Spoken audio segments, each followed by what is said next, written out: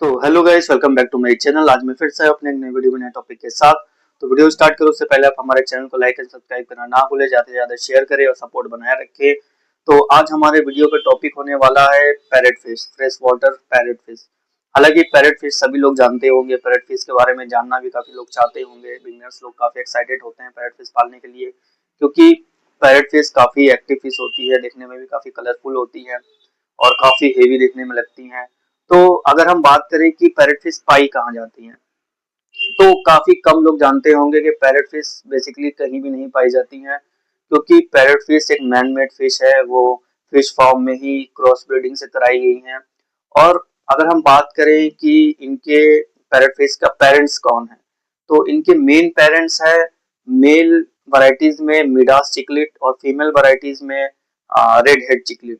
इन दोनों चिकलेट्स का cross breed करा के 1980 में ताइवान में सबसे पहले पैरेट फिश को इंट्रोड्यूस किया गया था। और तब से लेकर अभी तक में ये काफी सारे कलर और वैरायटीज में आने लगी हैं। हालांकि अगर हम इनके कलर की बात करें तो डार्क रेड और ऑरेंज छोड़ के और some time light yellow colour, ये तीन कलर को छोड़ के बाकी जितने भी कलर, चाहे ग्रीन हो, ब्लू हो, पिंक हो, चाहे जितने भी कलर में आती हैं पैरेट फिश, वो सभी आर्टिफिशियल कलर होती हैं, ओरिजिनल कलर नहीं होती हैं। और उसमें कलर इंजेक्ट किया जाता है क्योंकि वो देखने में काफी अट्रैक्टिव लगती हैं। हालांकि पैरेट फिश का ये तीन कलर ही होता है, येलो, रेड एंड ऑरेंज। आप इनको कई लोग इसलिए भी कलर इंजेक्ट करके सेल करते हैं क्योंकि ये मार्केट में डिमांड होता है कि हाँ, इस कलर की पैरेट फिश हो तो अच्छे लगते हैं। हालांकि इस कलर अदर कलर की पैरेट फिश होती ही नहीं है।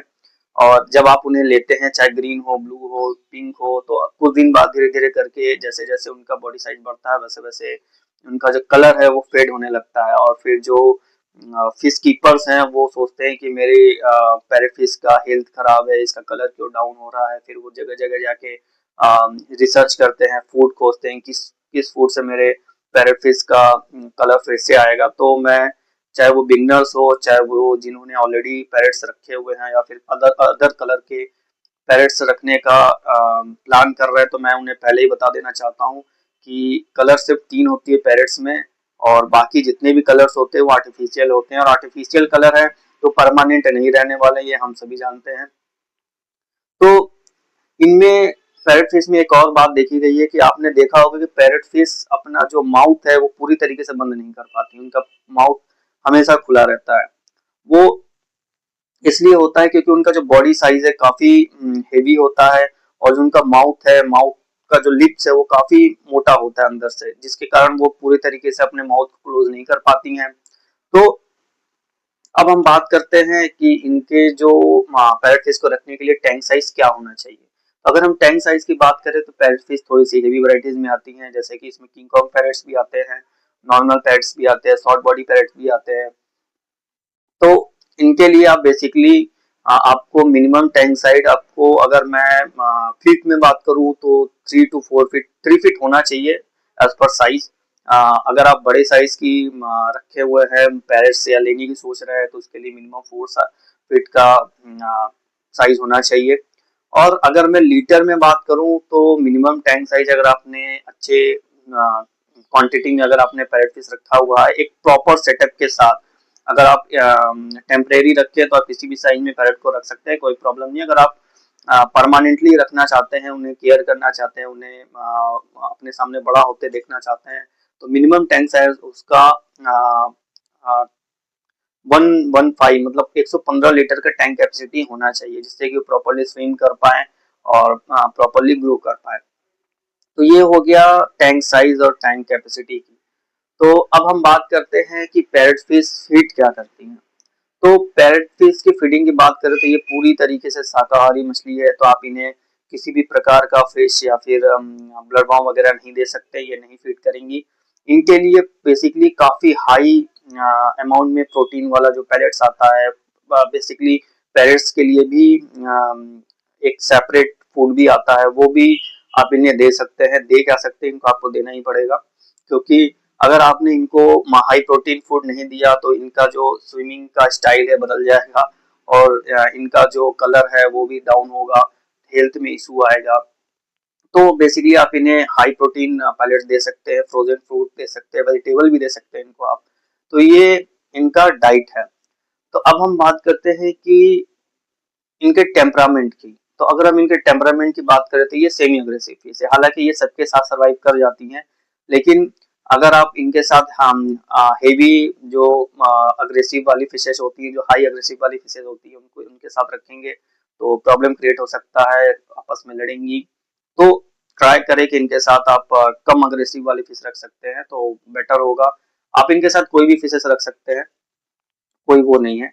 आप बेसिकली ये सेमी अग्रेसिव है तो ये फाइट करती हैं, लेकिन तब फाइट करती हैं जब इनको लगता है कि इनके ग्रुप में कोई एंटर करने का ट्राई कर रहा है, या फिर इनके ही ग्रुप के किसी मेंबर को कोई परेशान करने का ट्राई कर रहा है, तब ये अटैकिंग मोड में आ जाती हैं और फिर अग्रेशन दिखाने लगती हैं। या फिर आप इन्हें फूड प्रॉपरली नहीं दे रहे हैं, प्रॉपर इनका डाइट का केयर नहीं कर रहे हैं, तब भी ये आपका अग्रेशन दिखाने लगती हैं।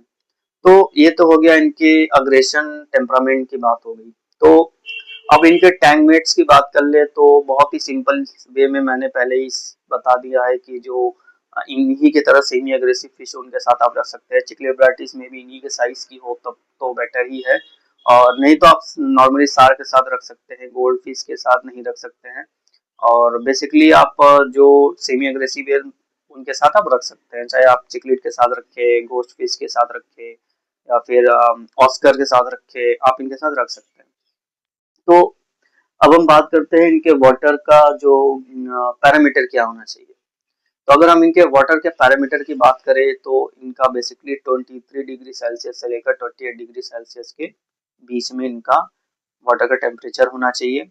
और अगर इनके पीएच की बात करूँ तो इनका पीएच 6.5 टू 7.5 के बीच में होना चाहिए, और ना इससे हाई हो ना इससे लो हो, क्योंकि इनमें एक प्रॉब्लम देखी गई है हेल्थ इश्यूज को लेके। क्योंकि इनका आप बॉडी देखेंगे तो इनके बॉडी हेवी होती है, और जो इनका स्विमिंग का जो स्टाइल होता है, स्विमिंग के जो इनके फर होते हैं वो काफी ही छोटी होती है, काफी हल्की होती है, जिसके वजह से ये कई बार स्विमिंग करने में प्रॉब्लम फेस करती हैं। तो अगर इनकी हेल्थ इशू में बात करते हैं, सबसे पहले इसमें ये भी आता है कि इनको आप देखेंगे ये जो पैरेट्स डिसबैलेंस होके स्विम कर रही हैं, प्रॉपरली स्विमिंग नहीं कर पा रही है, एक तरफ ऐसे झुक जा रही है, झुक के स्विमिंग कर रही है, या फिर हाइट कर रही है, मतलब उनको स्विमिंग को लेकर उनके जो ब्लडर्स है उन पे प्रॉब्लम है, जिसके वजह से वो स्विम प्रॉपरली नहीं कर पा रही हैं। कई बार इनको स्टमक में ब्लोटिंग भी देखी गई है, ब्लोटिंग भी होती है। अब ब्लोटिंग इसलिए होती है क्योंकि कई लोग इन्हें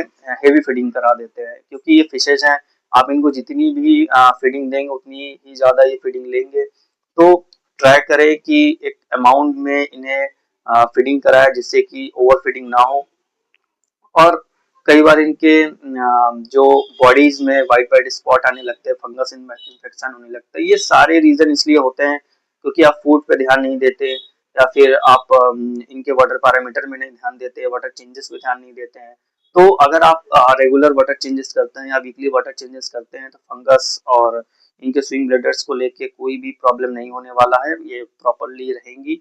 और अगर आप इन्हें हाई प्रोटीन फूड देते हैं तो जो इनका हेल्थ है वो भी अच्छा रहेगा। और एक अमाउंट होता है कि आप जैसे एक पैलेट फिश है अडल्ट साइज की, बड़े पैलेट्स आप दे रहे हैं तो 8 to 10 पैलेट्स या फिर मैक्सिमम 12 पैलेट्स आप दे सकते हैं। वन टाइम फीड कराइए, क्योंकि बड़े अगर अडल्ट साइज की तो वन टाइम फीड कराइए, तो आपके वाटर क्वालिटी के लिए भी अच्छा होगा, आपके पैलेट्स के लिए भी अच्छा होगा।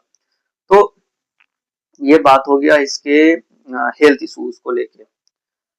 तो अब हम बात करते हैं कि इनकी ब्रीडिंग कैसी कराई जाए। हालांकि इनकी ब्रीडिंग काफी इजी होती है। ये आप किसी भी टैंक में इन्हें रखिए, प्रॉपर साइज के टैंक में, और एक मट्टी का या फिर किसी प्लेन सरफेस आप जरूर ऐड करना ना भूलें, जिससे कि जब ये फीमेल एक ले करेंगी, एक देंगी, तो उसी में वो चिपका देंगी, और जो भी एक फर्टाइल नहीं होगा वो उन्हें खा जाती हैं ऑलरेडी। और बाकी जो एग्स जो फर्टाइल्स होते हैं उनको वो काफी अग्रेशन से प्रोटेक्ट करती हैं। ये आप देखे होंगे, काफी वीडियोस में भी आपने देखा होगा कि अपने एग्स को पैरेट्स काफी अग्रेशन से काफी एक्टिवली प्रोटेक्ट करती है। हालांकि इनके भी एक 48 to 72 आवर्स के अंदर बच्चे आ जाते हैं, बच्चे निकल जाते हैं इनके एग से। तो ये सारी बातें जो मैंने कही, ये सारी बातें में एक चीज और आपको ध्यान देने वाली है कि काफी लोग ये भी सोचते हैं कि पैरट फिश काफी ब्यूटीफुल होती है, तो उनका टैंक भी उतना ही अच्छा डेकोरेटिव होना चाहिए।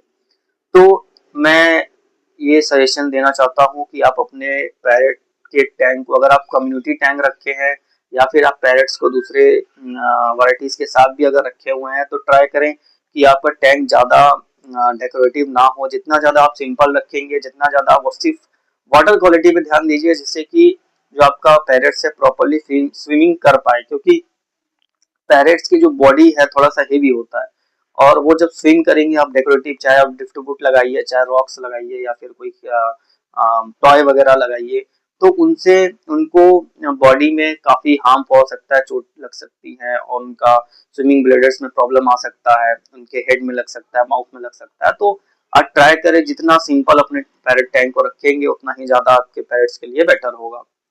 तो आपको हमारा ये पैरेट्स का वीडियो कैसा लगा, कमेंट बॉक्स में जरूर बताइए। मिलते हैं नेक्स्ट वीडियो में नेक्स्ट टॉपिक के साथ, तब तक के लिए